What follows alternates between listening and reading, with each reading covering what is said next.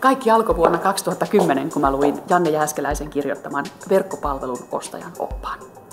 Ja kun mä olin lukenut sen oppaan, niin mä totesin, että mun blogini ei ole totta nimeltänsä oli todella huono. Mä siinä vaiheessa tajusin sen, että vaikka sisältö oli kunnossa, niin sen ulkoasu oli alkeellinen, sen käytettävyys ei ollut mikään paras mahdollinen, eikä sen toimintavarmuuskaan ollut hirveän hyvä. Itse asiassa kokonaisuus oli nolompi kuin Kouvolan pojan ensimmäinen Kanarian matka. Sitä ei oikein kehtaa näyttää bisneskontakteille. Niinpä mä marssin Aukoriin ja tilasin itselleni uuden blogin.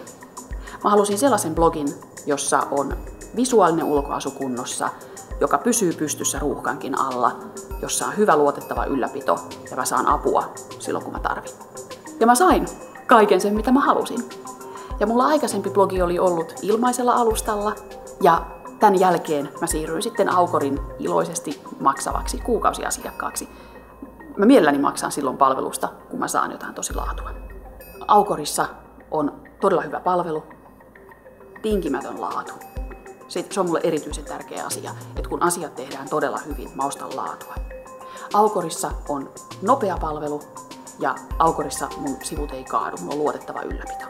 Ja milloin tahansa, jos mulla on jotain kysyttävää verkkopalveluun liittyvästä asiasta, niin mä saan siihen avun. Eikä tässä vielä kaikki.